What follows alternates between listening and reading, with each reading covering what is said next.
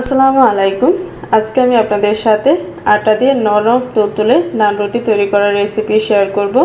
তো নান রুটি তৈরি করার জন্য প্রথমে আমি 2 কাপ আটা নিয়ে নিলাম। সাথে দিয়ে দিলাম 1 চামচ ইস্ট, স্বাদমতো লবণ, 1 চামচ সয়াবিন তেল এবং 1 চামচ ঘি। ঘি দিলে ইস্টের যে একটা ভাজি গন্ধ থাকে সেটা আর পাওয়া যাবে না। তারপর আমি শুকনো উপকরণগুলো একসাথে ভালোভাবে মিশিয়ে অল্প অল্প ঠান্ডা পানি দিয়ে একটা ডো তৈরি করে নিলাম।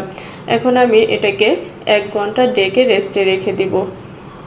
1 ঘন্টা পর এখন আমি এটাকে আবারও ভালোভাবে মথে নিয়ে যে কয়টা নান তৈরি করব সে কয়টা ভাগে ভাগ করে নিলাম।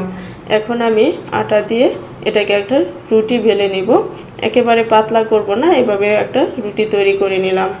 এখন আমি মিডিয়াম টু লো হিটে রুটিগুলোকে ভেজে নেব। আশা করি আজকের রেসিপিটিও আপনাদের ভালো লেগেছে। ভালো লাগলে অবশ্যই একটি লাইক কমেন্টস করবেন, আর যারা চ্যানেলটি সাবস্ক্রাইব করেননি চ্যানেলটি সাবস্ক্রাইব করে আমার পাশে থাকবেন।